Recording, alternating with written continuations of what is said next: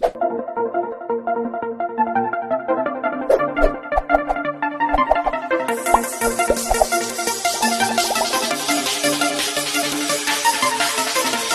बच्चों, आपका मैं तहे दिल से स्वागत करता हूं फिजिक्स ज्ञान मुकेश नायक चैनल में। मैं हूं आपका बायोलॉजी टीचर अनूप सर और आज हम बात करने वाले हैं बेसिकली एनिमल हस्बेंड्री के बारे में। ओके, जैसे हमने लास्ट चैप्टर में टॉपिक खत्म किया था प्लांट ब्रीडिंग का, तो इसमें भी हम डिफरेंट ब्रीडिंग के टेक्निक देखेंगे जिसमें जो भी हमारे को एनिमल से जो भी प्रोडक्ट मिल रहे हैं उनको हम कैसे एनहांस करें। बहुत सारे एनिमल से ऐसे प्रोडक्ट मिलते हैं हमको जो हम एज अ फूड सोर्स करके इस्तेमाल करते हैं। ओके, तो चलो स्टार्ट करते हैं और आज के सेशन का मजा उठाते हैं। देखो, अभी बेसिकली एनिमल हस्बेंड्री क्या है। सिंपल सी बात है कि हम एनिमल को क्या करते हैं, बेसिकली कलेक्शन रहता है हमारे पास, हम उनको खिलाते पिलाते हैं और उनसे जो भी प्रोडक्ट हमको मिलने वाले हैं उनका हम इस्तेमाल करते हैं खुद के वेलफेयर के लिए। ओके, बेसिकली जिसको हम एडिशनल बिजनेस भी बोल सकते हैं, मतलब खेती के साथ हम इसको कर सकते हैं। हमारे यहाँ पे इसका बहुत पुराना कल्चर है। ओके, काउज को हम पालते हैं, बफेलोस को हम पालते हैं, गोट्स है हमारे पास, हॉर्सेस है, शिप्स है, एवरीवेयर। मतलब स्पेसिफिकली हम कोई ऐसा एनिमल नहीं, हमारे पास we have many more animals are like this. Poultry farming हम करते हैं for the meat and egg. तो ऐसे डिफरेंट तरीके के हम एनिमल्स को पालते हैं फॉर आवर ओन वेलफेयर, और इससे क्या होता है हमारा फूड प्रोडक्शन में भी थोड़ा सा बढ़ोतरी हो जाती है। So that is all we are discussing into the particularly animal husbandry. ठीक है, चलो चलते। अभी तो जैसे मैंने बोला आपको कि एनिमल्स को हम बेसिकली क्या करने वाले हैं, पालने वाले हैं, बेसिकली उनके डिफरेंट प्रोडक्ट्स मिलने वाले। तो कौन से प्रोडक्ट मिलते हैं, चलो एक शॉर्ट में देख लेते हैं। We are getting basically meat, okay, eggs मिलता है हमको, okay, milk is another one, okay, फिर हमको ऊल भी मिलता है, दैट इज आल्सो भी ओके। और क्या है, फार्म प्रैक्टिसेस एनिमल्स, जो हम जैसे हमारे पास बैल वगैरह लोग हैं वो भी हमारे को खेती में काम करते हैं। ओके, सो हम उसको बोलते हैं फार्म प्रैक्टिसेस के लिए भी हम उनका इस्तेमाल करते हैं। So there are we are getting milk and और क्या डेयरी प्रोडक्ट्स मिलते हैं बहुत सारे। सो ये सभी जो हमारे पास एनिमल्स है इन सब का इस्तेमाल हम इन चीजों के लिए करते हैं। उसी के लिए हम डिफरेंट एनिमल को हम बेसिकली पालते रहते हैं। यही कंसेप्ट हम सीखने वाले हैं एनिमल हस्बेंड्री में। लेकिन सर ये तो हम बहुत सालों से कर रहे हैं, क्वेश्चन आता है दिमाग में, फिर अभी इसमें नया क्या है। इसमें नया ये है कि हम ये जो प्रोडक्शन हमको मिल रहा है उसमें हम यहां पे एनहांसमेंट करने वाले। देखो, जो हमारा चैप्टर का नाम है what is mean enhancement. Enhance मतलब बढ़ोतरी करना। जैसे हमने प्लांट में प्रोडक्शन हमको मिल ही रहा था, लेकिन हमने क्या किया, प्लांट का प्रोडक्शन बनाया with the help of green revolution. Okay, simple हम यहां पे भी एनिमल हस्बेंड्री में क्या करने वाले हैं, इनका जो भी प्रोडक्शन हमको मिल रहा है उसमें हम बढ़ोतरी करने वाले हैं। That is the basic point. Okay, तो चलो चलते हैं, फिर शुरू करते हैं।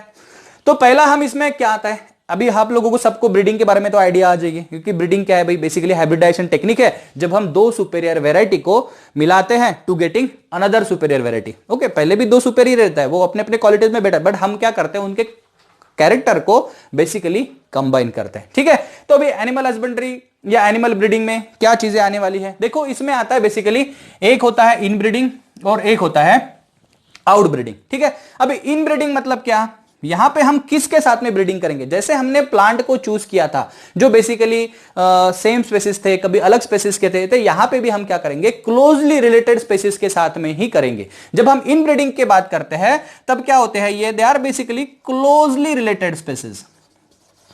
ओके, वो क्या है भाई, क्लोजली रिलेटेड स्पेसिस है। What's are they, closely related species, और इनके जो एंसेस्टर है, okay, and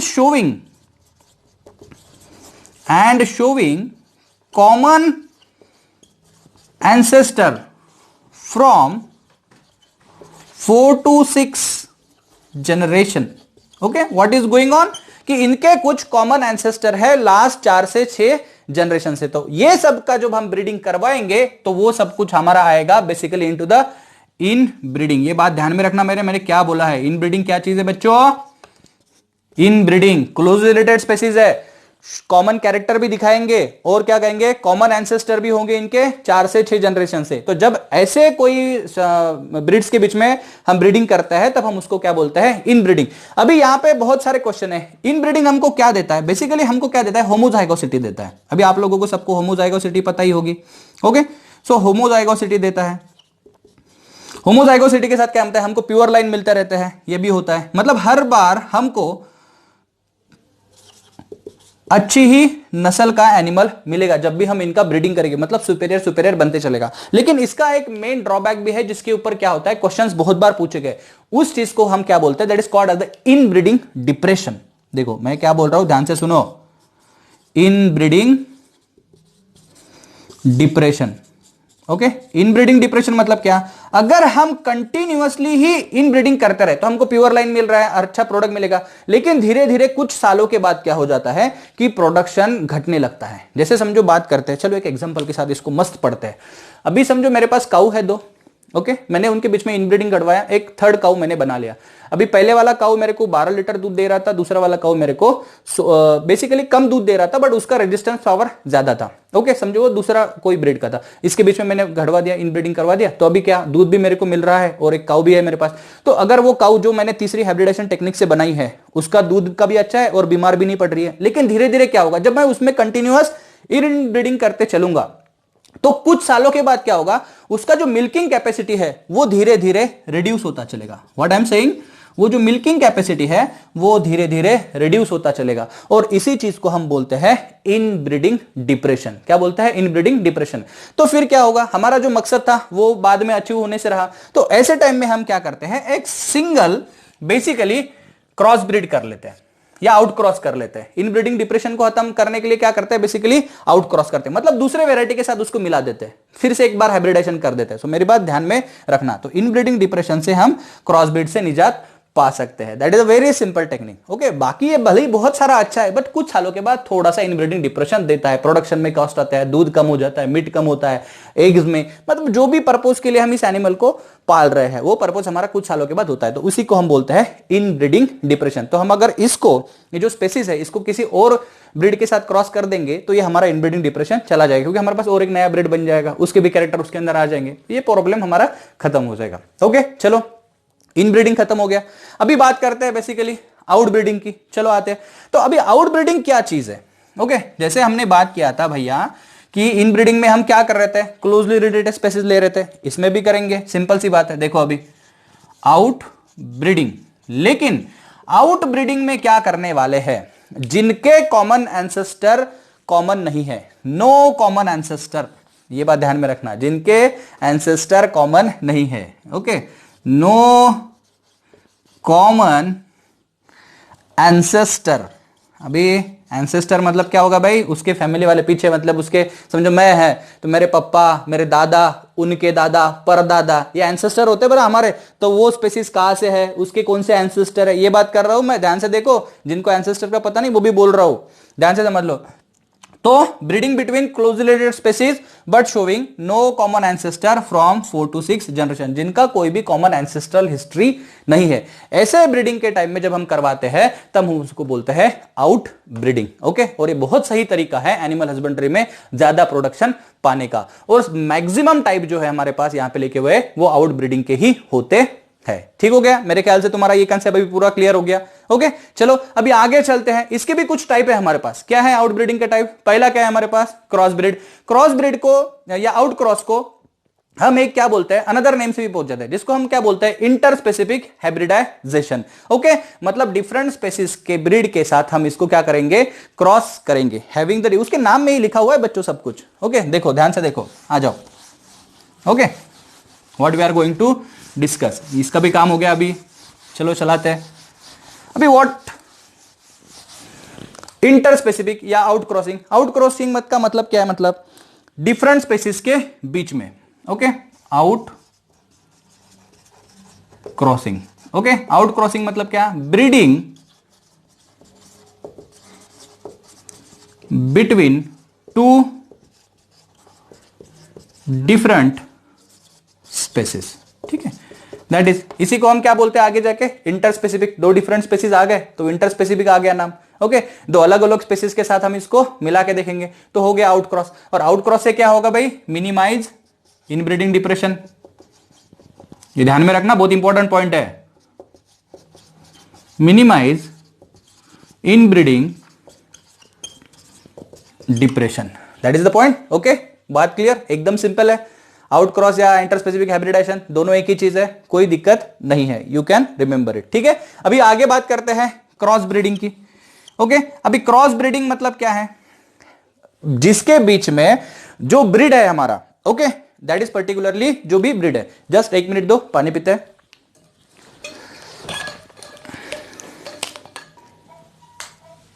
so cross breeding, अभी क्रॉस ब्रीडिंग क्या चीज है, देखो एकदम सिंपल बात है। क्रॉस ब्रीड में हम क्या करने वाले, बहुत सारे बच्चे आउट क्रॉस और क्रॉस ब्रीड में कंफ्यूजन करते हैं। देखो मैं सिंपल लैंग्वेज में समझाता हूं कि what is basically the cross breeding.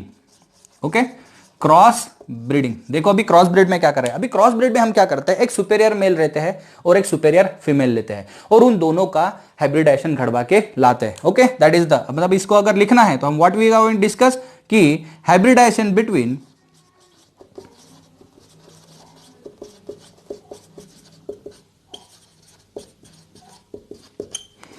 superior male and superior female। ठीक है, superior male and the superior male female. अभी जब भी कोई दो सुपेरियर वेराइटी एक साथ में आ जाएंगे तो what we get superior progeny. Simple सी बात है, तो ऐसा हमने करके रखा है। ओके, हमने पंजाब के अंदर एक शिप के अंदर एक एक्सपेरिमेंट भी करा है, that is called the Hisar dale. Okay, ये बहुत बार आ चुका है, ये बहुत इंपॉर्टेंट है भाई, ये याद रखो, Hisar dale. Okay, Hisar dale कहां पे बनाया हमने इसको, इन पंजाब, बहुत बार एमसीक्यू में आ चुका है। ओके, या वन लाइन के लिए भी आएगा आपको, हिसार डेल इन पंजाब। अभी ये जो शिप है हमने, ये मरीनो रैम्स और बीकानेरी ईव्स, इन दोनों से हमने इसको बनाया है। देखो मैं क्या बोल रहा हूं, merino rams and Bikaneri ewes. ठीक है, तो Hisar dale in Punjab is form by the merino rams and Bikaneri ewes. So this is the best example of cross breeding. बहुत बार ये क्वेश्चन आता है कि क्रॉस ब्रीड में क्या लिखने वाला, तो hybridization between the superior male and superior female of one species. Okay, so we get the basically Hisar dale. इसका नाम बिल्कुल इंपॉर्टेंट पे तौर पे यहाँ पे लिख के देता हूं। ओके, कि बहुत बार क्वेश्चन रिपीट हुआ है। Merino rams and Bikaneri ewes है, शिप है भाई, शिप है। ओके, और कंफ्यूज मत हो, यहाँ पे लिख के देता हूं, शिप है। ओके, काऊ बफेलो मत बोलना इसको। चलो आ जाओ, now next point that is called as the artificial insemination. जैसे इसका नाम ही हमको सजेस्ट कर रहा है, क्या सजेस्ट कर रहा है भाई, कि आर्टिफिशियली इंसेमिनेट करने वाले हैं हम। क्या करने वाले हैं, आर्टिफिशियल इंसेमिनाइजेशन, मतलब आर्टिफिशियल तरीके से। ओके, एक सुपेरियर बुल का जो भी सीमेन है, हम वो जेनिटल ट्रैक ऑफ फीमेल में डालने वाले हैं। That is the simple thing. मतलब हम क्या करेंगे, देखो अभी बहुत बार ऐसा कंडीशन आता है, artificial insemination very good technique. Okay, अभी इनसेमिनाइजेशन मतलब क्या, ये सीमेन से रिलेटेड है। ये वर्ड हमको क्या बोलता है, सीमेन को अंदर करना है, insemination. It's related with the semen, semen. Okay, semen it all basically sperm content रहता है। ओके, और आर्टिफिशियली मतलब हम इसको बेसिकली आर्टिफिशियली करते हैं। ओके, अभी इसमें टेक्निक में क्या करने वाला, देखो अभी जो भी हमारे पास सुपेरियर बुल है, okay, if we have the superior bull, okay, हमारे पास कोई सुपेरियर बुल है, उसका जो भी सीमेन है, ओके, वो हम क्या करेंगे, semen is collected, semen is collected. Okay, फिर इसको हम क्या करेंगे, स्टोर करेंगे। ओके, बहुत सारे प्रिजर्वेशन टेक्निक है, जैसे क्रायो प्रिजर्वेशन हो गया, लिक्विड नाइट्रोजन में हम उसको 196 डिग्री सेल्सियस पे स्टोर करते हैं, तो इसको स्टोर करके रखेंगे। ओके, स्टोर्ड इन लेबोरेटरी बोल दो इसको। ठीक है, लेबोरेटरी के अंदर स्टोर किया, बात खत्म हो गया, stored in the laboratory, semen collect किया। फिर जब भी हमको हाइब्रिडाइजेशन करना है, okay, when we are going to perform hybridization experiment, जब अभी हाइब्रिडाइजेशन हम करने वाले हैं, तो जब हम हाइब्रिडाइजेशन करने वाले हैं तो ये जो सीमेन है, semen will be release into genital track of cow. Okay, cow के जेनेटल ट्रैक में हम इसको रिलीज कर जाते हैं, तो बाकी क्या होगा, प्रोजेनी बनने का जो भी प्रोसेस है वो आराम से बाकी मदर के वॉर्म में हो जाएगा। मतलब जो भी काउ होगी उसके पेट में बेसिकली आर्टिफिशियल सेमिनेशन। तो इससे क्या बचेगा हमारा, हर बार बुल को लो, काउ के पास जाओ, उनको प्रोसेस होने दो उनका जो भी है, और उसके बाद ही फिर होगा। तो इसमें क्या होता है, यहां पे बुल का हमारे पास सीमेन ऑलरेडी प्रेजेंट है। ओके, तो बुल नहीं भी रहे तो चलेगा, तो सीमेन हम डायरेक्टली इंजेक्ट कर सकते हैं। ओके, बट हमेशा इसका गारंटी रहेगा कि इसका भी क्या होता है कि अगर हम आर्टिफिशियल सेमिनेशन का सक्सेस रेट थोड़ा कम है। ओके, ध्यान में रखो कि हर टाइम ही एकदम वो जो काउ है वो प्रेग्नेंट रहेगी, ऐसा नहीं होगा। इसका थोड़ा सा सक्सेस रेट में दिक्कत आता है, मतलब एक दो बार करना पड़ता है, but with practice we can perform it. Okay, तो आर्टिफिशियल सेमिनेशन हो गया, एकदम सिंपल। सीमेन कलेक्ट करो, लेबोरेटरी में स्टोर करो, और जब भी हाइब्रिडाइजेशन का एक्सपेरिमेंट करने वाले हैं उस सीमेन को genital track of the cow के अंदर छोड़ दो। That is called as the artificial insemination. बात क्लियर हो गया। चलो आगे पढ़ते हैं एमओईटी। अभी एमओईटी बहुत बार पूछते हैं, तो एमओईटी भी, एमओईटी क्या है, ओके, यहाँ पे इसका पूरा नाम अपन बात करते हैं। MOET is called as the multiple ovulation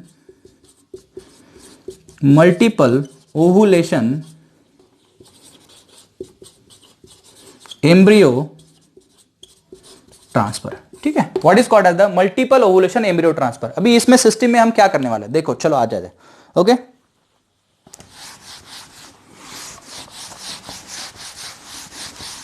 अभी हम इसमें क्या करने वाले हैं, देखो हम क्या करने वाले, एक सुपेरियर फीमेल काऊ को चूज करने वाले हैं जो सभी चीजों में बेसिकली सुपेरियर है। What, choose the superior cow. Okay, choose the superior cow. बात क्लियर हो गई। सुपेरियर काऊ को भाई चूज कर ले, फिर इसको क्या करते हैं, इंजेक्शन देते हैं हार्मोन का, जिसका नाम क्या है, इंजेक्ट विथ FSH। ओके, अभी FSH क्या है, तुमने रिप्रोडक्शन चैप्टर पढ़ा होगा तो all know that FSH is called as the follicle stimulating hormone. ये फॉलिकल्स बनाता है। Okay, follicle stimulating hormone. अभी जैसे ही फॉलिकल स्टिमुलेटिंग हार्मोन हो गया तो ये क्या करता है, इंड्यूस करता है नंबर ऑफ सेल्स को। तो ये जो बेसिकली जो भी ओहम होगा वो कितना सेल बनाएगा, 8 to 10 सेल स्ट्रक्चर में चला जाएगा। Okay, that is called as the blastula. तुमको ये पता ही होगा, ऐसा मैं बोलता हूं, नहीं तो अपन जब डिटेल में बात करेंगे तब फिर से बताऊंगा इसके बारे में। So what, 8 to cell stage के अंदर बन जाएगा ब्लास्टुला। अभी इस ब्लास्टुला के अंदर क्या होता है, जैसे ही ब्लास्टुला बन जाएगा फिर हम ये जो भी है बेसिकली जो भी हमारा फीमेल है जिसके पास ब्लास्टुला बन चुका है, वी रिलीजेस द बेसिकली जो भी आर्टिफिशियल इंसेमिनेशन जो सीमेन है, सीमेन इसके अंदर इंट्रोड्यूस कर देंगे। सीमेन इंट्रोड्यूस कर देंगे, जैसे ही इसका एम्ब्रियो बनेगा तो हर एक सेल, या इसके बाद भी एक कोशिश करते हैं, देखो जैसे ही ब्लास्टुला बन गया था तो हम इसको क्या करते हैं, नॉन सर्जिकली भी रिमूव कर देते हैं। ओके, यहां पे एक तो मेटेड करेंगे, मतलब यहां पे दोनों चांसेस करते हैं। देखो अभी ब्लास्टुला बन गया तो इसको मेट करेंगे, मेटेड विद बुल कर देंगे इसको। ओके, और इनके जो एम्ब्रियो बनेंगे वो एम्ब्रियो हम ट्रांसफर कर देंगे। देखो इसका नाम क्या है, मल्टीपल ओवुलेशन एम्ब्रियो ट्रांसफर। मतलब हम एम्ब्रियो बना के ही एम्ब्रियो एक एक सरोगेट मदर के अंदर डाल देंगे। देखो अभी इसको सिंपल लैंग्वेज में फिर से एक बार बोलता हूं। हमारे पास एक काऊ है, सुपेरियर काऊ है, लेकिन हमारे पास क्या है, मेरे पास समझ लो कि 500 काऊ है, और मैं क्या चाहता हूं कि 500 काऊ के साथ मैं क्या करूं, हाइब्रिडेशन का एक्सपेरिमेंट परफॉर्म करूं। ओके, सो जिसको मेरे को मिल्क का कैपेसिटी बढ़े, तो मैं पहले क्या करता हूं कि अभी हर काऊ 500 काऊ से हमको क्या करना चाहिए, हाइब्रिडेशन एक्सपेरिमेंट करता हूं। 500 काऊ के पास मुझे बुल लेके जाना पड़ेगा, वो हर टाइम मुझसे पॉसिबल है नहीं, या मेरे को बुल पालने पड़ेंगे, उनका खर्चा उठाना पड़ेगा। तो व्हाट शुड आई डू, मैं एक सुपेरियर काऊ को चूज करता हूं, सुपेरियर काऊ को एक इंजेक्शन देता हूं FSH नाम का। जैसे ही उसके अंदर ब्लास्टुला का प्रोसेस होता है तो मैं उसको क्या करूंगा, एक बुल के साथ मेट करवा दूंगा। मेटिंग करने से क्या हो गया, एम्ब्रियो फॉर्मेशन हो जाएगा। एम्ब्रियो जैसे ही फॉर्मेशन हो जाएगा तो जो एम्ब्रियो हो गया, अभी देखो मेटेड विद बुल, फिर क्या हो गया, एम्ब्रियो फॉर्म हो जाएगा उसके बाद, और फिर इस एम्ब्रियो को मैं क्या करूंगा, नॉन सर्जिकली रिमूव कर दूंगा। नॉन सर्जिकली रिमूव कर दूंगा। जैसे ही नॉन सर्जिकली रिमूव कर दिया, ये एक एक एम्ब्रियो मैं हर एक काऊ के पेट के अंदर डाल दूंगा। तो वहां पे ऑलरेडी जो भी प्रोसेस होने वाली है प्रेगनेंसी की, वो उन काऊ के अंदर होते रहेगा। तो मेरे को हर काऊ को प्रेग्नेंट करने का जरूरत नहीं। तो एट ए टाइम मेरे पास जो भी 200, 300, 500 काऊ है, मैं उनका प्रेगनेंसी करा सकता हूं, जिसकी वजह से मेरा मिल्क का रेट बढ़े, और हर बार जो प्रोजेनी मिलेगी वो सुपेरियर मिलेगी, क्योंकि सुपेरियर लिया है हमने ऑलरेडी, मेल एंड फीमेल, क्योंकि सुपेरियर काऊ है। और एलाइट बुल हम चूज करेंगे। एलाइट मतलब क्या, ताकतवान मजबूत बुल, जिसका भाई कोई टेंशन नहीं है, जो अच्छे ही प्रोजेनी देगा। तो मेरे पास ये सभी गाय जो है या काऊ जो है, उनके साथ मैं ये कर सकता हूं। तो मैं एम्ब्रियो ट्रांसफर कर रहा हूं, यहां पे एक गाय के पेट में एम्ब्रियो बनाऊंगा और वो हर एम्ब्रियो को बाकी गाय के पेट के अंदर डालूंगा। सो that is called the multiple ovulation embryo transfer. नाम ही बताता है, बायोलॉजी इज वेरी इजी। आधा तो सिर्फ डेफिनेशन जो है, मीनिंग है ना भाई, नाम में ही लिखा होता है। जैसे हमको पता है मल्टीपल ओवुलेशन, पहले ओवुलेशन कर दिया FSH हार्मोन से, और फिर क्या कर दिया, एम्ब्रियो को ट्रांसफर कर दिया, बात ही खत्म होती है। ठीक है, समझ में आ गया? चलो आगे चलते हैं, आ जाओ। चलो बच्चों, नाउ बात करते हैं बेसिकली डेयरी फार्म मैनेजमेंट। जैसे हम लोगों को पता है, we are discussing about the different animal husbandry. जैसे इसमें हम बात करने वाले डेयरी की, ओके, पोल्ट्री की बात करेंगे, फिशरी की बात करेंगे, फिर लैग कल्चर, फिर सेरिकल्चर। ओके, एनिमल हस्बेंड्री में बेसिकली इतना सारा एनिमल है। तो चलो सबसे पहले बात करने वाले हैं कि डेयरी फार्म मैनेजमेंट में क्या आने वाला है। जैसे अभी डेयरी इज वेरी कॉमन, हाँ, सभी बच्चों को डेयरी के बारे में थोड़ा तो आइडिया होता ही है, बट थोड़ा सा एक साइंटिफिक अप्रोच हम की बात करने वाले हैं। अभी डेयरी में हम कौन से एनिमल को पालते हैं, बेसिकली काउज एंड बफेलोज। ठीक है, अभी यहां पे दिक्कत बच्चों को ये आती है कि सर भाई स्पेसीज है, इंडियन स्पेसिस कौन सी है, एक्सोटिक स्पेसिस कौन सी है, ओके, तो इनके नाम कैसे याद रखना है। तो देखो अभी यहाँ पे क्या है, इंडियन ब्रीड जो है हमारी जो भी है, ओके, तो बस लिख दो बिंदास की जो भी है। सिंधी हो गया हमारे पास, सहीवाल हो गया, गिर गाय हो गई, ये तो बिल्कुल कॉमन नाम है यार। ओके, गुजरात में मिलती है। ओके, सिंधी, सहीवाल, ओके, गिर हो गया, ये सभी हो गया। तो फिर एक्सोटिक ब्रीड में क्या आ गया? जर्सी का नाम सबको पता है। ओके, तो जर्सी डाल दो। ओके, होल्स्टेन डाल दो, ब्राउन स्विस डाल दो। बस थोड़ा सा प्रैक्टिस से हो जाएगा आपको।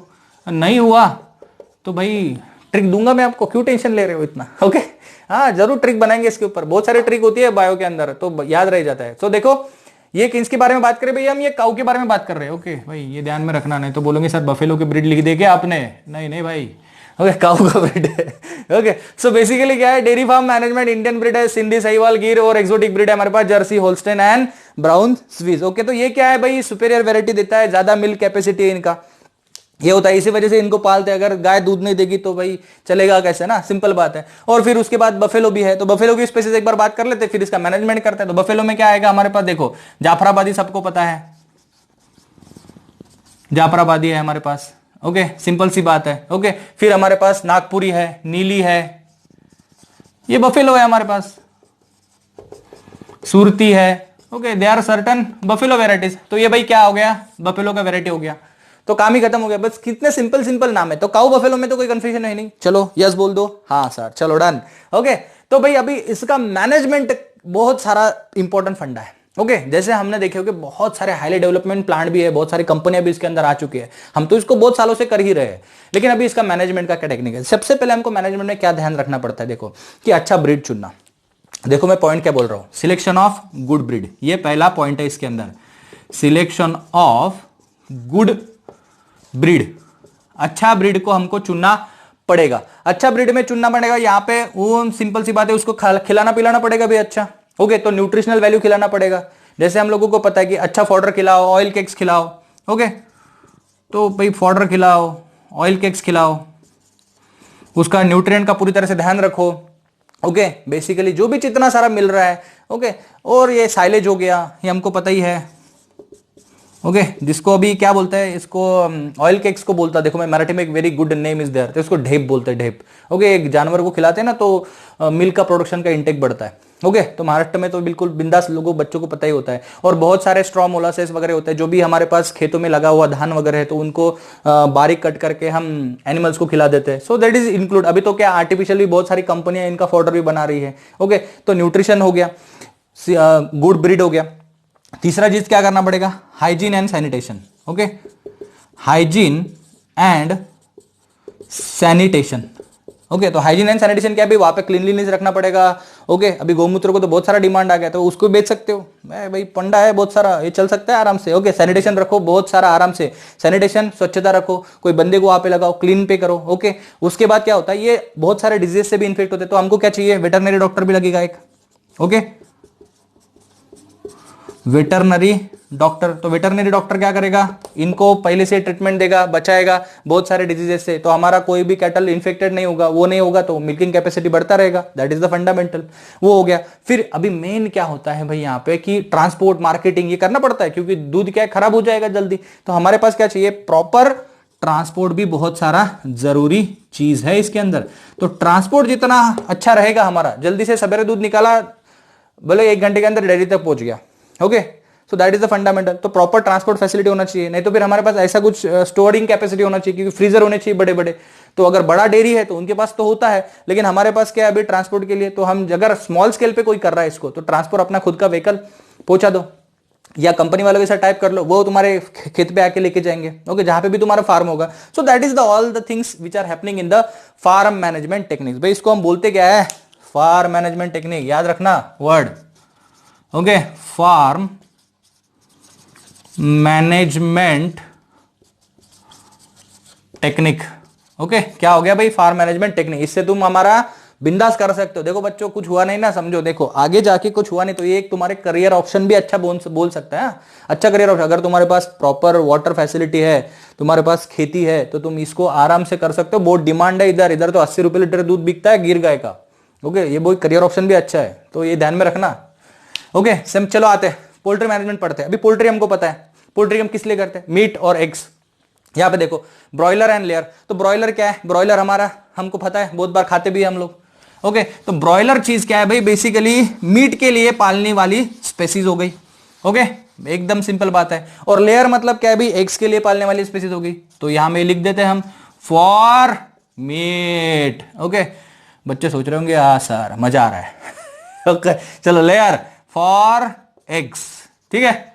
तो एग्स के लिए क्या बनाएंगे, लेयर्स। ब्रॉयलर मीट के लिए पता ही है, बेसिक कॉमन चीज है। ओके, अभी इसके अंदर बहुत सारी वैरायटी आते हैं। देखो कुछ कुछ वैरायटी मैंने यहाँ पे आपके लिए करके रखे। अभी देखो वैरायटी का टेंशन मत लो। ओके, नहीं हो रहा है, किसी को याद नहीं रह रहा है, थोड़ा सा इंडियन बफेलो, काऊ बफेलो तो रह जाएगा।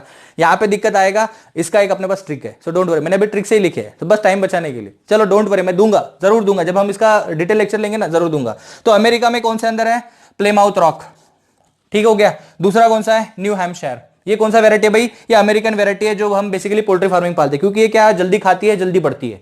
तो ये बैचेस में रहता है। देखो इसका सिस्टम कैसा रहता है, जो भी पोल्ट्री फार्मिंग का बिजनेस करते हैं ना, उनको 2-3 महीने के अंदर इनको बेचना पड़ता है। तो ये क्या करते हैं, जो छोटे छोटे बच्चे रहते हैं ना, इनको खिलाते पिलाते हैं, और लगभग 2 महीने के अंदर इनको बड़ा बना के, इनका वेट गेन करके 2 किलो, 2.5 किलो, 3 किलो बना के बेच देते हैं। तो इनको फायदा होता है। तो ऐसा वेरायटी चाहिए जो फटाफट खाए पिए बढ़े, तो ऐसा वेरायटी रहता है ये। इसी वजह से हम इन वेराइटीज को इस्तेमाल करने वाले हैं यहाँ पे, ठीक है। और फिर एशियाटिक ब्रीड्स कौन सा है, जो सिर्फ एशिया में मिलता है, ब्रह्मा हो गया, कोचिन हो गया, लैंगशन हो गया, ये एशियाटिक वेरायटी हो गया। डन। इंडियन ब्रीड कौन सा हो गया, देखो कड़कनाथ के बारे में सबको पता ही है। तो अरे कड़कनाथ रह गया हमारा मेन चीज है। कड़कनाथ, ओके, तो कड़कनाथ आ गया यहाँ पे, असील ब्रह्मा, कोचिन एंड चितगोंग, ये कुछ वेरायटी है यहाँ पे हमारे पास, जो हमारा इंडियन ब्रीड है। ओके, तो पोल्ट्री मैनेजमेंट का सेम फंडा है, cleanliness, hygiene, vaccination, veterinary doctor, proper management practices, कम जगह पे करो, प्रॉपर करो, अच्छा खिलाओ पिलाओ, जितना जल्दी फटाफट खिलाओगे पिलाओगे जल्दी फटाफट बढ़ेगा, प्रोडक्शन देगा।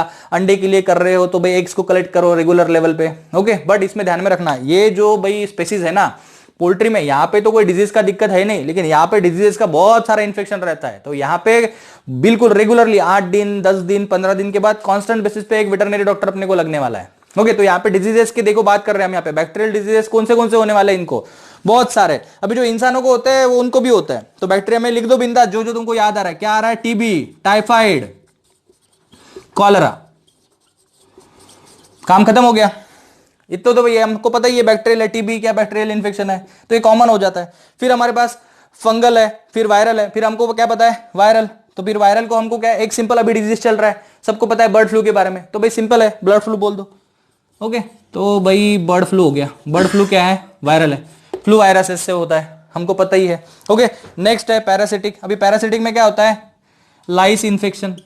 ओके, लाइस जो भी है वो छोटे छोटे कीड़े होते हैं ना, वो जानवरों के स्किन पे जाके बैठते हैं, उनसे न्यूट्रिशन लेते हैं। कुत्तों के साथ होता है, काऊ के पास भी होता है, इनको भी होता है लाइस इन्फेक्शन। छोटे छोटे पिस्सू की जैसे, लाइस मतलब पिस्सू होता है, खून चूसता है बेसिकली चिकन्स का, तो हो गया पिस्सू। फंगल में क्या होता है, देखो उनके पैरों के पास इन्फेक्शन हो जाता है, जिसको हम फेवस और थ्रस्ट बोलते हैं। क्या बोलते हैं भाई, फेवस एंड थ्रस्ट। तो भाई हो गया, और क्या है इसमें, एकदम सिंपल चीज है, देखो समझ लो बात को। Cleanliness, hygiene, proper medication, proper nutrition है भाई। न्यूट्रिशन तो ध्यान में रखना, इसको भी अच्छा खिलाना पिलाना पड़ेगा, फटाफट बढ़ेगा। 2 महीने के भाई 2.5 महीने के अंदर बैच बनना चाहिए, मार्केट में सेल ऑफ होना चाहिए। So that is about the poultry farm management. चलो आगे चलते करते हैं बेसिकली एपीकल्चर की। देखो अभी एपीकल्चर हमको क्या है भाई, इसको सिंपल बोलते हैं मधुमक्खियों को पालना। ओके, मधुमक्खियों को पालना भाई किस लिए, ओके, मधुमक्खियों से हमको क्या मिलने वाला। जैसे एक तो सब चीज सबको पता है कि हमको क्या मिलने वाला है, हनी मिलता है। व्हाट वी गेट, हनी मिलता है। सिर्फ हनी मिलता है क्या, नहीं, वैक्स मिलता है। ओके, बहुत प्योर क्वालिटी का वैक्स मिलता है हनी से। ओके, दूसरा चीज क्या है, रॉयल जेली। ध्यान में रखना, पूछ लिए कभी कभार तो वो होना चाहिए। ओके, फिर क्या होता है, इनसे हमको बी वेनॉम, जहर भी मिलता है। इन हनी का जो वेनॉम है ना, वो कभी कभी मेडिसिनल यूजेस भी बहुत सारे इसके, ध्यान में रखना। Honey, wax, royal jelly, bee venom, pollen grain भी या पोलन भी। ओके, तो पोलन भी मिलते हैं। तो that is the simple fundamental, ये सब हमको हनी से मिलने वाला है। मतलब अगर हम बेसिकली एपीकल्चर का बिजनेस कर रहे हैं तो ये इसके सभी के सभी बाय प्रोडक्ट है एक्सेप्ट देन हनी। हनी तो हमारा मेन इंग्रेडिएंट है ही है, लेकिन वैक्स मिलेगा, रॉयल जेली मिलेगा, बी वेनम मिलेगा, पोलन, ये सभी चीजें हमको मिलेगी। और ये काफी हाई वैल्यू रखती है मार्केट के अंदर, बहुत अच्छा प्राइस मिलता है हनी के साथ साथ। अभी तो आपको पता ही है हनी कितना सारा बेच रहे लोग। ओके, बट बहुत सारे जगह पे नेचुरल हनी नहीं मिलता है, सिंथेटिक हनी बेच रहे। So that is also the point. तो natural honey is very rare. क्यों? क्योंकि ये तो भाई आपको पता ही अभी सब प्रोसेस के बारे में। चलो, तो इनको करने के लिए हमारे पास कौन से हनीबीज, हम बेसिकली कौन से स्पेसिस के हनीबीज को यूज करते हैं? देखो हमारे पास 4 है, Apis डोर्साटा, Apis mellifera, Apis फ्लोरिया and Apis indica. ठीक है, अभी भी इनके नाम क्या है कॉमन देखो, जैसे एपिस डोर्साटा वाइल्ड बी है क्योंकि भाई ये जंगलों में रहता है। ओके, एपिस इंडिका भाई इंडियन बी है, नाम से ही पता चलता है एपिस इंडिका इंडियन बी है, काम खत्म। एपिस मेलिफेरा यूरोपियन बी है और एपिस फ्लोरिया लिटिल बी है। अभी इसमें से 2 बी है जो हमारे ज्यादा काम की है। क्यों? क्योंकि ये हमको डोमेस्टिकेटेड स्पीसीज, हमको पालने में आसानी देती है, ज्यादा हनी कलेक्शन होता है। कौन सा 2 स्पीसीज? ये हो गया एपिस इंडिका और एपिस मेलिफेरा। तो इनको हम दोनों को क्या बोलते हैं? We call this 2 species as domesticated process species, domesticated species. Okay, domesticated process मतलब हम इनको पालते हैं। ओके, इनको पालना आसान है। तो Apis indica and Apis mellifera अगर क्वेश्चन आया तो हमको पता चलना चाहिए कि डोमेस्टिकेटेड स्पेसिस है। डन, चलो ठीक है, हो गया। अभी करेंगे कैसे कैसे, इसके लिए बहुत सारी चीजें लगती है। देखो तुमने जब भी ये मधुमक्खियों को पालने के लिए सोचा होगा ना, तो तुमको एक चीज ध्यान में आता है कि ये बड़े बड़े से वुडन के बॉक्सेस रखे जाते हैं। ओके, बहुत बार पिक्चर में, कहीं यूट्यूब वीडियो देखते हुए या कहीं ना कहीं पे, या हमारे बुक के अंदर फिगर भी दिया है, तो there are different wooden boxes are kept at certain point. एक अगर खेती है, ओके, तो वहां पे ऐसे बड़े बड़े लकड़ी के डब्बे रखे होते हैं जहां पे ये नेचुरल प्रोसेस से होता है। ओके, क्योंकि बट यहाँ पे ध्यान क्या रखना पड़ेगा, हमको प्रिकॉशन क्या लेना पड़ेगा, जहां पे हम बेसिकली एपीकल्चर का बिजनेस करने वाले हैं वहां पे मेन क्या होना चाहिए कि वहां पे फ्लावरिंग प्लांट ज्यादा होना चाहिए। ओके, जिन प्लांट को फ्लावर आए, हर श्रप होना चाहिए, श्रप्स होना चाहिए। ओके, तो जिससे क्या होगा, मधुमक्खियों को आसानी जाएगी हनी कलेक्ट करने को। अगर वहां पे भाई तुम ऐसे पर्वतों के बीच में जाके रख दोगे, रेगिस्तान के बीच में जाके रख दोगे, तो क्या होगा, कुछ फायदा नहीं, फिर तो मर जाएगा सब कुछ। ऐसा होता है। बेसिक प्रिकॉशन क्या है कि बेसिकली नीड्स हर्ब श्रब्स, हरियाली ज्यादा होना चाहिए, पानी वगैरह वहां पे होना चाहिए, मॉइस्चर ज्यादा, हाई टेम्परेचर भी ना हो, ज्यादा लो टेम्परेचर भी ना हो, मॉडरेट रेंज में चले। तो ओके, ये सब चीजें इसके लिए प्रिकॉशन है। बात हो गई। रिक्वायरमेंट क्या क्या लग रहा है हमको? मेन चीज रिक्वायरमेंट है हमारे पास बी हीव बॉक्सेस। जो मैंने लकड़ी के बड़े बड़े डब्बे बोले हैं वो होते हैं बी हीव बॉक्सेस। बात क्लियर? फाउंडेशन शीट, उसमें एक शीट होता है जो नीचे रखते हैं। ओके, फिर उस शीट को निकालते हैं, फिर अंदर का स्वार्म नेट निकालते हैं। ओके, फिर नीचे हमको बहुत सारे मधुमक्खियों का छत्ते के छत्ते जैसे दिखते हैं, वो लग के आते हैं वहां पे, वो सब बना के रखते हैं। ओके, इसमें फिर क्लीन एक्सक्लूडर भी आता है, स्मोकर आता है। ओके, यहाँ पे लिखा हुआ है स्वार्म नेट हो गया। ओके, बहुत सारी चीजें होती है। तो ये बस प्रैक्टिकली इसका ट्रेनिंग लेना पड़ेगा। ऐसा कोई भी जाके शुरू नहीं कर सकता इसको, नहीं तो तुमको पता है मधुमक्खियों का डंक बहुत खतरनाक होता है। क्या कर देंगे भाई, दिक्कत आ जाएंगी। ओके, तो क्योंकि जहर होता है ना भाई, यहाँ पे लिखा हमने बी वेनॉम। वेनॉम का मतलब क्या होता है? जहर होता है। ओके, तो जहर आ जाएगा। तो इसके लिए प्रॉपर ट्रेनिंग लेना पड़ेगा, प्रॉपर तुमको एक सूट पहनना पड़ेगा, जिसकी वजह से क्या हो जाए, तो जो तुम करने वाले हो ये प्रॉपर टेक केयर के साथ करो। क्वीन एक्सक्लूडर से क्वीन को निकालना पड़ता है। अभी इसमें अंदर क्या होता है, जैसे मैं क्वीन की बात करो, कौन से होता है भाई? इसमें क्वीन होती है। ओके, एक होता है ड्रोन। ओके, और एक होता है वर्कर। ओके, तो क्वीन क्या होती है? बेसिकली छत्ते की रानी होती है। जो भी मधुमक्खियों का छत्ता है वो सभी इन ड्रोन और वर्कर को कंट्रोल करती है। ड्रोन और वर्कर काम करते रहते हैं बेसिकली, एक छत्ते के अंदर, एक बेसिकली बाहर काम करेगा। तो सिंपल, एक सिर्फ इसमें से, तो इसी तरह से इनका प्रोसेस चलता रहता है। और एक छत्ते के अंदर ध्यान में रखना, एक ही क्वीन होती है। Okay, only 1 female. ओके, और ये फीमेल होती है, मतलब क्वीन से तो पता ही चल रहा है। ओके, तो ये फीमेल हो, तो एक ही छत्ते के अंदर एक ही क्वीन होती है। जब दूसरे क्वीन बनना पड़ेगा तो 2 क्वीन के बीच में झगड़ा होगा, जो बचेगी वही क्वीन बनेगी। ऐसा प्रोसेस होता है। ओके, ये भी बात करेंगे हम जब इसका डिटेल सेशन लेंगे। ठीक है, चलो आगे चलते फिर अभी फिशरी के ऊपर। ये तो खत्म हो गया, अभी आराम से अपने को पता चल गया। ओके, अभी फिशरी में क्या करने में, देखो इसमें क्या क्या आता है। हम मछलियों को पकड़ते हैं, प्रोसेस करते हैं, मैनेजमेंट करते हैं, बेचते हैं। ओके, उनका प्रिजर्वेशन का भी आता है। मतलब क्या, देखो फटाफट इसको बारे में बात करते हैं। आ जाओ आ जाओ आ जाओ, चलो चलो चलो चलो। What we are going to discuss. Okay, पहला क्या है, कैचिंग। पहला क्या करेंगे, मछलियों को कैचिंग करेंगे। सिर्फ मछलियों को करेंगे क्या? नहीं, आगे भी करेंगे। ओके, मछलियों को कैच करेंगे। ओके, फिर क्या करेंगे, रियरिंग करेंगे, उनको पाल भी पड़ते थोड़ा बार, रियरिंग। फिर प्रोसेसिंग, प्रोसेस करेंगे। ओके, प्रिजर्व करेंगे। ओके, प्रिजर्व करेंगे एंड ट्रांसपोर्ट, ये सब चीजें हैं। Okay, what we going to do with transport. तो ये सब चीजें आ रहा है। सिर्फ मछलियों के साथ करते क्या? नहीं, प्रॉन्स, लॉबस्टर, क्रैब्स सभी आ रहे हैं। देखो यहाँ पे लिखा प्रॉन्स, लॉबस्टर, ओयस्टर, क्रैब, ये सभी चीजों के साथ करते हैं। देखो अभी इसमें से लॉबस्टर हो गया, प्रॉन्स हो गए, क्रैब्स हो गए, इनका बहुत बड़ा हाई वैल्यू मार्केट है। कुछ कुछ कंट्रीज तो सिर्फ सी फूड के ऊपर ही जी रहे हैं। ओके, जैसे तुमको पता होगा बहुत सारे, नाम लेना गलत है, पब्लिक प्लेटफॉर्म है, लेकिन many more countries are living. Okay बहुत सारी कंट्री तो सिर्फ सी फूड के ऊपर जी रही है, वो भी कुछ भी खाते हैं। ओके फ्रॉग को खाएंगे, स्नेक को खाएंगे, बहुत सारी चीजों को खाते रहते हैं। ओके तो वो सी फूड पे जी रहे थे। We are Indian are lucky कि हमारे पास भी सब्जी रोटी है खाने के लिए, नहीं तो हमको भी यही खाना पड़ता है। ओके कभी कभार ठीक लगता है, रोज नहीं खा सकता इंसान। अभी फिशरी हमारे पास 3 टाइप का है। कौन सा फिशरी है? पहला है इनलैंड फिशरी। अभी इनलैंड मतलब क्या, सिंपल बात है, fresh water fishes, fresh water. Inland मतलब फ्रेश वाटर, जितने भी फ्रेश वाटर सोर्सेस है उनके अंदर हम क्या करेंगे, इनलैंड फिशरी करेंगे। फ्रेश वाटर सोर्सेस में क्या क्या आएंगे भाई, रिवर आएंगे, डैम आएंगे, लेक्स आएंगे, पॉन्ड्स आएंगे। क्या क्या बोला मैंने, river, dam, ponds and lakes. देखो बहुत सिंपल है भाई। ओके तो फ्रेश वाटर मतलब इनलैंड फिशरी। इसके अंदर कौन से स्पेसिस करते हैं, रोहू, कतला, मृगला। ओके कोई फिश खाने वाले हार्डकोर पब्लिक होंगी तो उनको सभी पता रहता है नॉर्म, क्योंकि खरीदते हैं ना बेसिकली। मैं तो फिश खाता नहीं, मुझे ज्यादा पसंद नहीं, तो मुझे पता नहीं इसके बारे में। ओके बढ़िया नाम पता है, रोहू, कतला एंड मृगला। ठीक हो गया। तो क्या इनलैंड मतलब भाई फ्रेश वाटर फिशेस हो गए जो रिवर, डैम, पॉन्ड्स और लेक के अंदर मिलेंगे। एकदम सही बात सर, क्लियर हो गया? यस बच्चों क्लियर। अभी ईस्चुराइन फिशरी और मराइन फिशरी बचा है। अभी मराइन हमको पता है क्या है भाई, हमारे पास 7500 किलोमीटर का क्या है, सी शोर है।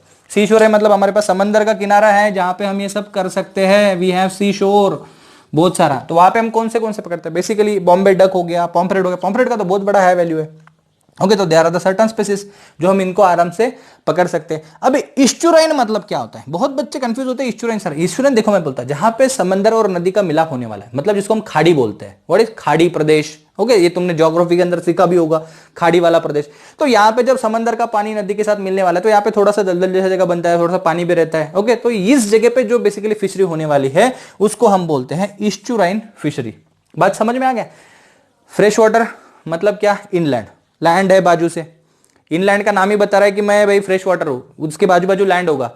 जैसे रिवर बीच में, आजू बाजू लैंड है। ओके लेक हो गया, आजू बाजू लैंड है, तो इनलैंड मतलब बीच में पानी है, बाकी सब लैंड है, तो इनलैंड हो गया, तो फ्रेश वाटर आ गया। डैम, रिवर, बात खत्म। रोहू, कतला, मृगला याद रख लोगे? चलो वेरी गुड। ईस्चुराइन की बात करते हैं। ईस्चुराइन मतलब क्या हो गया, जहां पे समंदर और नदी का मिलाप हो रहा है। ओके तो वहां पे कैसे, यहाँ पे एग्जांपल दिया है बुक के अंदर हमारे, दैट इज सुंदरबन एरिया। अभी सुंदरबन किस लिए फेमस है, बहुत सारे एक्वेटिक स्पीसीज के लिए फेमस है। सुंदरबन बहुत फेमस एरिया है, और एक जगह पे आने वाला, इकोसिस्टम में भी आने वाला है हमको, तब इसके बारे में और बात करेंगे।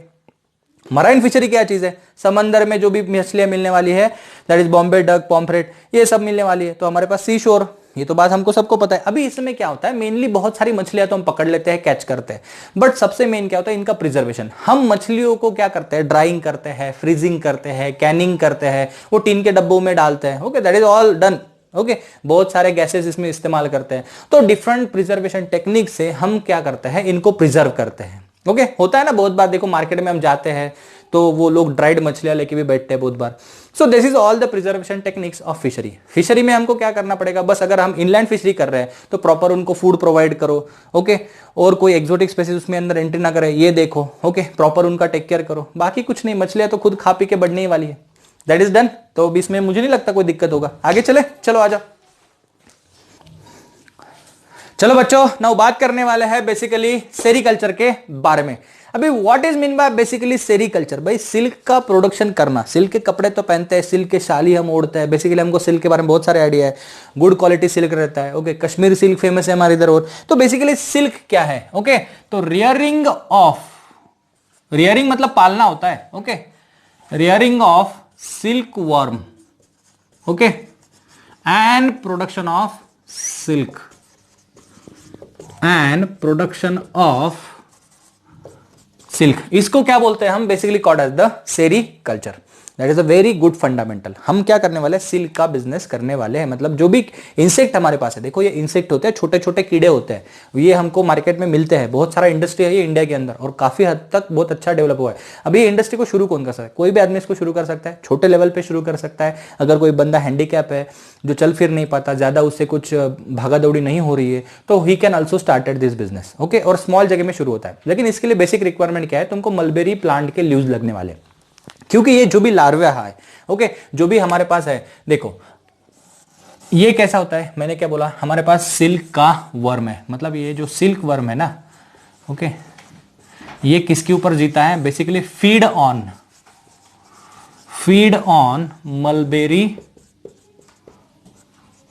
Mulberry leaves. ओके मतलब मलबेरी नाम का एक प्लांट है, उसके पत्तों को ये खाता है। ओके और कांस्टेंट बेसिस पे खाता है और बहुत रैपिडली खाता है जब ये लार्वल स्टेज में होता है। जब लार्वल स्टेज में होता है तो होता क्या, सिल्क बनता कैसे, देखो इसके जो ये कीड़ा है ना, इसके मुंह से कंटिन्यूअसली एक सलाइवा जैसा, जैसे हमारे मुंह से सलाइवा बनते रहता है, उसके मुंह से एक सलाइवा जैसा सब्सटेंस, स्टिकी सब्सटेंस बाहर आते रहता है और वो क्या करता है, कंटिन्यूअसली खाते रहेगा और वो सलाइवा को छोड़ते रहेगा। ओके तो जैसे जैसे ये बेसिकली करते रहेगा तो पूरा एक कुकून जैसा शेप खुद के आसपास बना लेगा। जब ये कुकून बन जाएगा तो ये इसी के अंदर ट्रैप होके रह जाता है। फिर हम कुकून को क्या करते हैं, बेसिकली बॉईल करते हैं या बहुत सारे केमिकल प्रोसेसेस करके वो कीड़े को मार के बेसिकली वो सिल्क के कुकून से स्पेसिफिकली सिल्क का थ्रेड बना लेते हैं। That is simple. अभी हमारे पास 3 टाइप है। कौन से टाइप है, एक है सबसे बढ़िया वाला, ओके बेस्ट क्वालिटी सिल्क कौन सा है, मलबेरी सिल्क है। ओके बेस्ट क्वालिटी कौन सा है, मलबेरी सिल्क है। फिर 2 इंफीरियर क्वालिटी भी हमारे पास, कौन सा है, Tushar silk and eri silk. Okay ये थोड़ा सा इंफीरियर क्वालिटी है। ओके क्या बोला मैंने, इंफीरियर क्वालिटी, मतलब भाई अच्छे तो है बट क्या, ओके सबसे पहली रिक्वायरमेंट क्या है, मलबेरी लीव्स, ये हमको लगने वाले हैं। फीड ऑन मलबेरी लीव्स, तो मलबेरी पत्तों का आता है, ऐसा ट्रे बनाते हैं ये लोग। मैं तुमको बताता हूँ सिंपल लैंग्वेज में कि ये कैसा प्रोसेस होता है। देखो ऐसा एक, जैसे घर में हम किचन के बर्तन वगैरह रखने के लिए कैसा है अपार्टमेंट रहता है, एक कप्पे के ऊपर कप्पा, तो ऐसे एक ट्रे बना लेते हैं छोटे छोटे। ओके और वो ट्रे को एक रूम के अंदर, ऐसा समझो कोई रूम है तो उस रूम के अंदर स्टैक करके रखते हैं, एक ट्रे दूसरा ट्रे तीसरा ट्रे, ऐसे बॉक्सेस में बना के रखते हैं और ऊपर से खुला ही होता है, उसको कोई बंद नहीं करते। और यहाँ पे कीड़े को छोड़ देते हैं ट्रे के अंदर और पत्तों को डाल देते हैं। सिंपल सी बात है। तो धीरे धीरे क्या करते हैं, वो जो कीड़े होते हैं जैसे जैसे बढ़ेंगे उन पत्तों को खाएंगे। ओके और वर्म जो है अपना वो पत्तों को खाएगा और वो सिल्क अपने बॉडी से बनाते चलेगा। सिंपल बात है। तो बस कुछ करना नहीं रहता इसमें, सिर्फ कीड़ों के ऊपर ध्यान देना रहता है कि कीड़े के ऊपर कोई प्रेडेटर अटैक ना आ जाए, कोई कबूतर पंछी इसको खा ना ले, इसको कोई वायरल इन्फेक्शन ना लगे, कोई इसको प्रोटोजोअल इन्फेक्शन ना लगे। इतना अगर टेक केयर कर लिया तो कोई भी दिक्कत नहीं। बस सवेरे जाने का खेत में, पत्ते तोड़ के लाने के, बॉक्सेस में डाल देने का। ओके और थोड़ा सा हाइजीन का ख्याल रखने का, बस ये बाकी काम खुद कर लेते हैं। So it is a very simple one. But लेकिन यहाँ पे थोड़ा सा अगर निग्लिजेंस हुआ तो ये पूरा का पूरा कोलैप्स हो जाता है। ओके अगर एक कीड़े में कुछ लग गया तो बेसिकली वो स्प्रेड हो जाता है। तो जैसे बट इसमें होता है ना पोल्ट्री बिजनेस में, तो यहाँ पे वही पे वैसा होता है। तो कोई अगर इन्फेक्शन आ गया या क्लाइमेटिक कंडीशन फट से चेंज हो गई तो इतना थोड़ा थोड़ा ध्यान रखना पड़ता है। तो थोड़े से ट्रेनिंग से वो बिंदास बन जाता है। तो ये बहुत ही अच्छा एक साइड बिजनेस है हमारे फार्मिंग कम्युनिटी के लिए। तो ओके तो चीजें क्या क्या ध्यान में रखना है यहाँ पे, पहला है मलबेरी लीव्स, 3 टाइप का सिल्क है हमारे पास। ओके और ये बहुत एंशिएंट बिजनेस है और चाइना वालों ने शुरू किया था, सबसे पहले इन्वेंटेड इन चाइना, ये ध्यान रखना। मलबेरी सिल्क बेस्ट क्वालिटी है, तुषार सिल्क है इंफीरियर और इरी सिल्क है इंफीरियर क्वालिटी का। और इंडिया के अंदर काफी अच्छे तरह से हम बन रहे हैं। ओके प्राइस मनी भी अच्छा है इसका, मिल भी जाता है। बस इतना चीजें करो, लार्वा फीड होता है, अंडे देता है मलबेरी लीव्स के ऊपर, इसी से हम चल सकते हैं। और बाद में हम इसको एक्सट्रैक्ट कर लेते हैं वर्म से, वर्म मर जाता है, फिर नए वर्म फिर से लाओ, फिर से प्रोसेस चलाओ, कुछ टाइम के अंदर तुम्हारे पास सिल्क पूरा बन जाता है। बात क्लियर होगी। अभी लास्ट पॉइंट पे आते हैं लैक कल्चर के ऊपर। अभी देखो सबसे ज्यादा लैक कल्चर का है, देखो ये इंसेक्ट वाला है, यहाँ पे भी एक इंसेक्ट है, वर्म है, यहाँ पे भी एक इंसेक्ट है। इसका नाम क्या है, Tachardia lacca. What I said, Tachardia lacca. भाई बिल्कुल भूलना मत, इंपॉर्टेंट है। ओके ये चीज भी भूलना मत, इंपॉर्टेंट है, मलबेरी सिल्क। ओके तो टैचरडिया लाका क्या है, ये इंसेक्ट है। ये भाई कहाँ पे रहता है, जंगलों में पाया जाता है। ओके जंगलों में मिलता है बहुत सारी जगह पे। अभी तुम सर ये इसको पहचानते कैसे, बहुत सारे बच्चे कंफ्यूज होते हैं। देखो हम जंगलों में जब जाते हैं ना कोई प्लांट का अगर तुमको पिंक कलर का ब्रांच दिख रहा है, प्लांट पूरा बाकी ग्रीन है या ब्राउन है, बट एक आधा पर्टिकुलर ब्रांच रहेगा जो पूरा रेडिश कलर का दिखता है, तो वो समझ लेना कि हमारा लैक है। क्यों रेडिश होता है अभी हम बात करने वाले। तो सबसे पहले ये कौन कौन से पेड़ों के ऊपर पाया जाता है, सिंपल सी बात है, बबूल। ओके बबूल लिखा नहीं, चलो लिख डालते हैं। ओके बबूल, बेल, पलस, कुसुम और पीपल, इन प्लांट पे ये बेसिकली नेटिव है। और ये जो इंसेक्ट है ना, it is basically native of India है, नेटिव ऑफ इंडिया। और लैक प्रोडक्शन में हम 85% रॉक करते हैं, मतलब जितना भी लैक वर्ल्ड में बनता है उसमें से 85% या 80% हम बना रहे हैं। Okay so that is basically we are the native of India. और ये क्या है, इंसेक्ट है। अभी ये बनाता कैसे है, जब भी ये इंसेक्ट क्या होता है, कोई भी ट्विग के ऊपर है, ट्विग मतलब ब्रांच, समझो एक प्लांट है, प्लांट का कोई ब्रांच है, ब्रांच पे क्या होता है, ये कीड़े ऐसे पूरे तरह से छोटे छोटे कीड़े रहते हैं, ये पूरी तरह से वहीं पे कॉलोनी बना लेते हैं अपना। ओके मतलब समझो ये सिंपल सा ऐसा ब्रांच है। देखो मैं बताता हूँ तुमको, 2 मिनट में सिंपली समझा देता हूँ। ओके तो यहाँ पे पूरा ऐसे कीड़े भरे हुए हैं। ओके दे आर, ये ब्रांच के ऊपर रह रहे, तो ये क्या कर रहे हैं, ब्रांच से बेसिकली न्यूट्रिशन ले रहे हैं। ओके पूरी तरह से। इधर ये पेड़ वगैरह है वो तो ठीक ही है, इधर समझो ये पेड़ है हमारा पूरा का पूरा। ओके, तो ये भाई ये ब्रांच के ऊपर है पर्टिकुलरली। अभी एक ही ब्रांच पे रहेंगे, कॉलोनियल हैबिटेट रहता है इनका। क्या रहता है भाई? कॉलोनियल इन हैबिटेट, मतलब ये एक साथ ही रहते हैं, एक ही जगह पे रहते हैं। कॉलोनियल इन हैबिटेट, हैबिटेट में बेसिकली रहते हैं। तो जैसे ये ट्विग के ऊपर रह गए, तो यही से इनके मुंह से, इनके डर्मल ग्लैंड से क्या होता है, एक पिंक कलर का रेजिन निकलता है। Dermal gland secret, dermal gland secret pink colour resin, pink colour resin. और ये जो रेजिन होता है ना, ये जैसे ही एयर के कांटेक्ट में आ जाएगा, इट बिकम्स हार्डन। क्या बन जाएगा भाई? हार्डन बन जाएगा। When comes in contact with air, when comes in contact with air.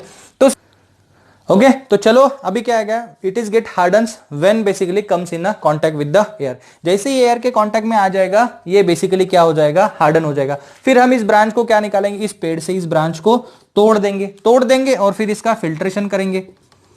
What we done basically the filtration by chemical treatment. कुछ केमिकल की मदद से हम इसको निकाल लेते हैं और हमारे पास लैक बन जाता है। और इस लैक का इस्तेमाल क्या क्या करते हैं, बहुत सारा इस्तेमाल है। हम इससे टॉयज बना सकते हैं, बैंगल्स बना सकते हैं, इंक बना सकते हैं, पॉलिश बना सकते हैं, बहुत सारा इस्तेमाल इसका है। और ये इसके जो बैंगल है ना भाई, लैक के बैंगल, तो बहुत सारे लड़कियों को पता भी होगा, बैंगल मिलते हैं इसके कांच का, जो उसके ऊपर स्टिक करके रखते हैं। So this is the all अपन ये अदर भी प्रोडक्ट हमारे लैक से बना सकते हैं। अभी तुमको अगर फिर भी समझ में नहीं आ रहा कि लैक क्या है, तो मैं देखो बोलता, जितने सारे मूवी देखते हो ना तुम लोग, तो वहां पे देखो जब सीबीआई की किसी के घर पे रेड पड़ रही है, तो क्या करते हैं, ऐसा उसको वो लॉक जो है उसको एक व्हाइट कलर का पट्टी बांधते हैं और एक सील मारते हैं।